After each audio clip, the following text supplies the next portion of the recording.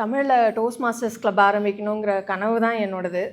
இவங்கெல்லாம் தமிழ் பேசுகிறத பார்த்து எனக்கு ஆக்சுவலாக ரொம்ப கஷ்டமாக இருக்குது. ஏன்னா நான் நிறைய இங்கிலீஷ் சேர்த்து தான் பேச போகிறேன். எனக்கு இன்னும் அந்த நாள் ஞாபகம் இருக்குது. இங்கே ஓஷன்ஸ் கிளப் மீட்டிங்காக வந்தப்போ பாவலேறு தமிழ் மன்றம் அப்படின்னு இருந்தது. அப்போது கவிதா கிட்ட கூப்பிட்டு கேட்டேன், இது வந்து தமிழ் மன்றமாக இருக்குது, ஏன் நம்ம இங்கே இன்னும் தமிழ் கிளப் ஆரம்பிக்கலை அப்படின்னா, அப்படி சொல்லி தான் இங்கே இடமே கேட்டிருக்கோம், நீங்கள் வந்து பேசுகிறீங்களா அப்படின்னு கேட்டாங்க. அப்புறம் அவர் பேர் வந்து பொழிலன் கிட்ட போய் இந்த மாதிரி தமிழ் கிளப் ஆரம்பிக்கணும், நீங்கள் இடம் தருவீங்களா அப்படின்னு கேட்டப்போ, தமிழில் பேசுவீங்கன்னு சொல்லி தான் ஆங்கிலத்துக்கே இங்கே இடம் கொடுத்தேன்.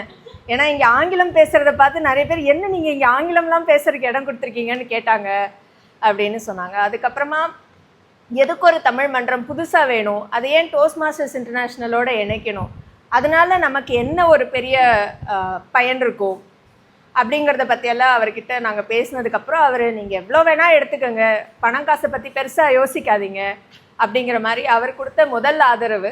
அதுக்கப்புறமா 20 பேரை சேர்க்க வைக்கிறது, இதில் எதுவுமே தெரியாமல் என் கூட வந்த கார்த்திக், அப்போ ஏரியா டைரக்டர் அவர் கார்த்திக் மேலே கொஞ்சம் பேசுவோம் வாங்கன்னு கூட்டிகிட்டு போய் 20 பேரை சேர்த்து இந்த கிளப் ஆரம்பிக்க வேண்டியது உங்களோட பொறுப்பு அப்படின்னு சொல்லி, இது என்ன மேடம், இது எனக்கு தெரியவே தெரியாதே அப்படின்னு சொன்னார்.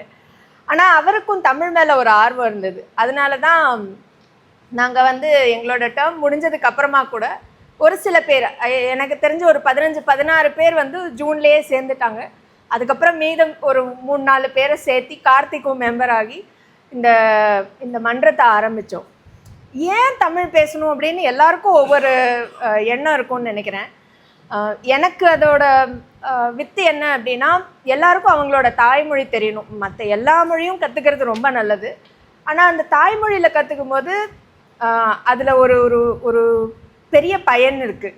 என்னோட எண்ணம் என்ன அப்படின்னா, நம்ம எல்லோரும் பிறந்து கொஞ்சம் வருஷம் கழித்து இறந்துருவோம் இல்லையா? அப்போ எல்லோரும் அந்த ஒரு வாழ்க்கை வாழ்வோம்.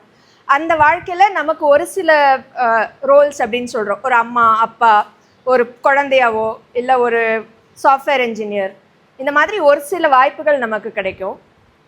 அது வந்து நம்ம கிட்ட பணம் காசு எவ்வளோ இருந்தாலும் நமக்கு ஒரே ஒரு வாழ்க்கை தான்.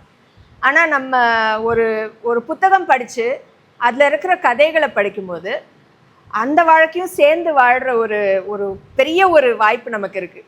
என்னை பொறுத்த வரைக்கும் நான் நிறைய பேர்கிட்ட சொல்லுவேன், நான் வந்து ஒரு சுஜாதா கதை படிக்கும்போது அந்த ஸ்ரீரங்கத்தில் வாழ்ந்திருக்கேன், வேல்பாரி படிக்கும்போது பரம்பு நாட்டில் இருந்திருக்கேன், பொன்னியின் செல்வனில் வந்து நான் ஸ்ரீலங்கா நாகப்பட்டினம்லாம் போயிருக்கேன். இதையும் தாண்டி என்னோட ஃபேவரட் ஆத்தர்ஸ்லாம் சொல்கிறது, நாங்கள் ரஷ்யாலாம் வந்து மேப்பில் அப்படியே வரைவோம். நான் இது வரைக்கும் அங்கே போனது கூட இல்லை, ஆனால் என்னால் வரைய முடியும் அப்படின்னு சொல்லுவாங்க. எனக்கு சென்னை ரொம்ப பெரிய ஒரு ஃபேண்டசி. ஏன்னா சென்னையோட மயிலாப்பூரும் ட்ரிப்ளிகேனும் அது எப்படி இருக்குன்னு எனக்கு தெரியாது. ஆனால் நான் கதையில் படிச்சிருக்கேன்.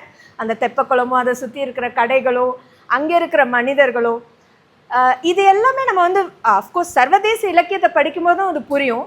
ஆனால் நம்ம ஊரில் நடக்கும்போது தான் அந்த வாழ்க்கை வந்து நமக்கு பயங்கர க்ளோஸாக இருக்கும். அப்போ அந்த கதை மாந்தர்கள் செய்கிற ஒவ்வொரு தப்பும் நம்ம செய்கிற தப்பாக இருக்கும்.